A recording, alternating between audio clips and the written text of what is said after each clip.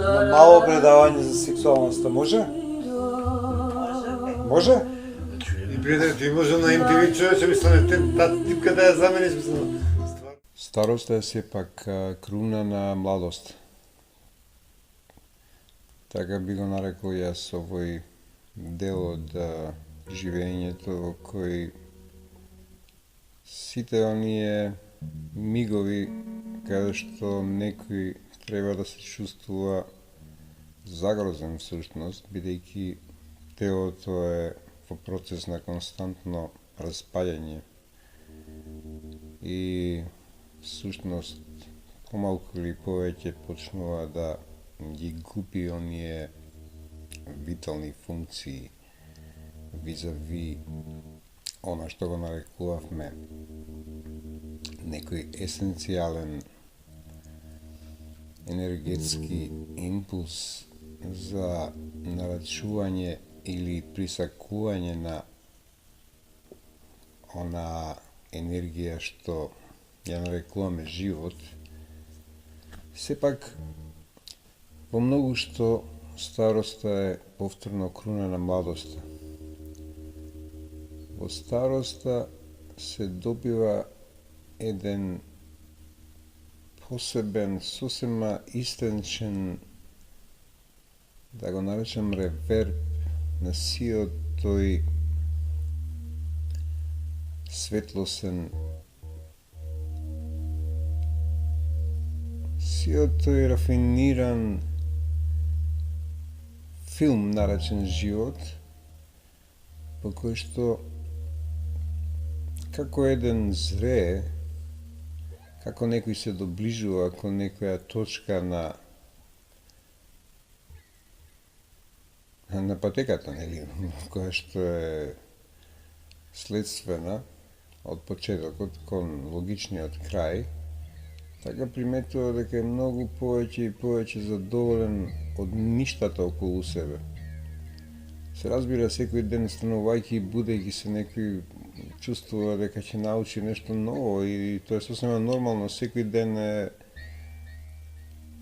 вдахновение, така секој ден некој по нешто учи, а ако се буди со тоа чувство, така ако некој нема желба да учи, тој едноставно нема желба, тоа е едно општо правило, нема ништо ново во ова што го говорам.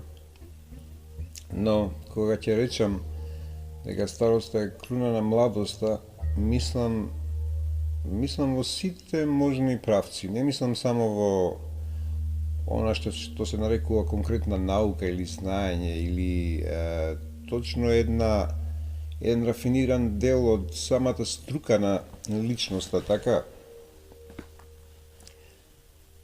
И не само тоа, може да се рече слободно дури за самиот уживател или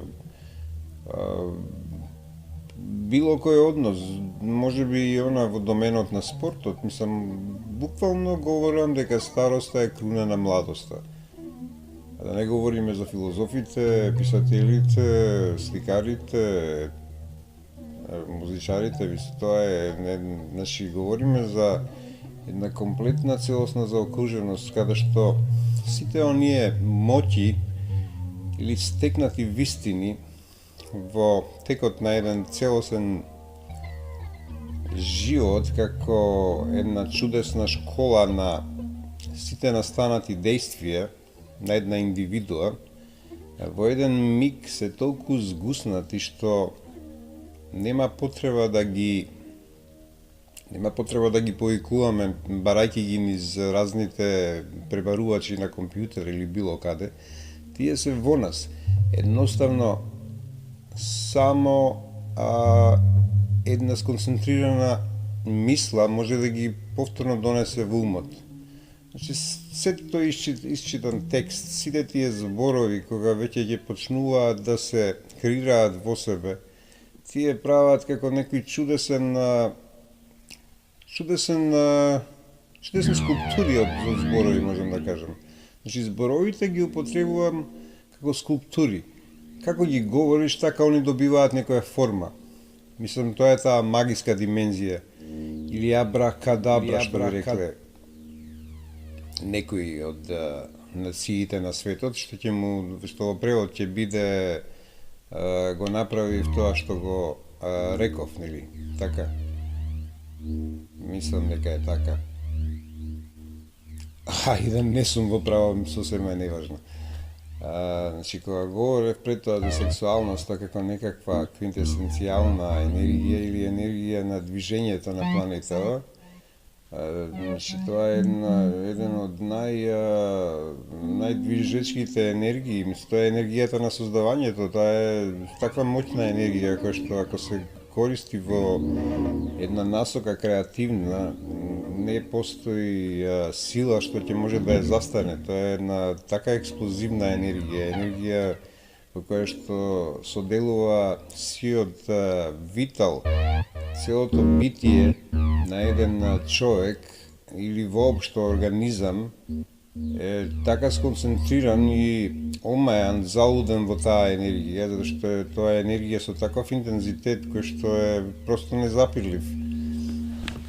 Тука треба да се направи дистинкција помеѓу она што го нарекуваме анимален дел и она што го нарекуваме интелектуална игра со тој ерос или користење на тие моќи, бидејќи човекот е единствено суштество на планетава кое што е ставено таа константна некоја форма на играње со тие моќи, така, со тие сексуални енергетски моќи, така.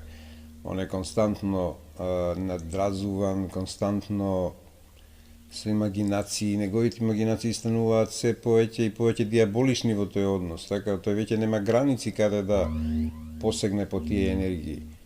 Тоа е тоа чувство, воедно и концепт со кој што масите на планетата Земја биваат контролирани така од некои структури, да кажем, или воопшто од системот на планетава Земја.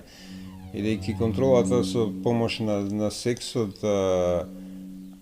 дрогата и медиумите вечна. Нема ништо ново на планета, се случува она во еден прибран ред. Така, секој што останува надвор од системот, тој останува за жал надвор од системот и едноставно е осуден да умре на некој начин, помалку или повеќе.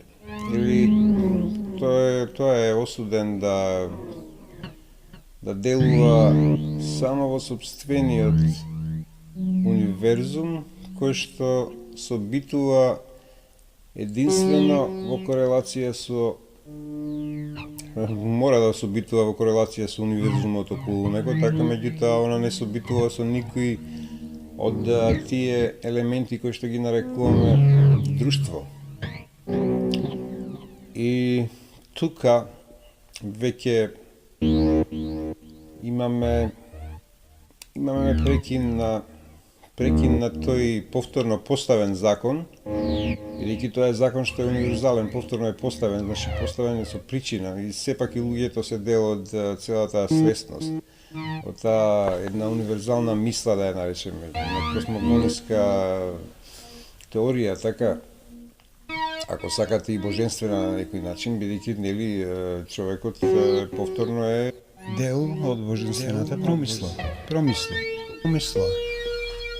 Во тој контекст не сакам да формулирам овдека некоја димензија на ентитет или нека простачка слика за некакво божество што, не знам, носи рогови или извршува сатирналии на сред бел ден.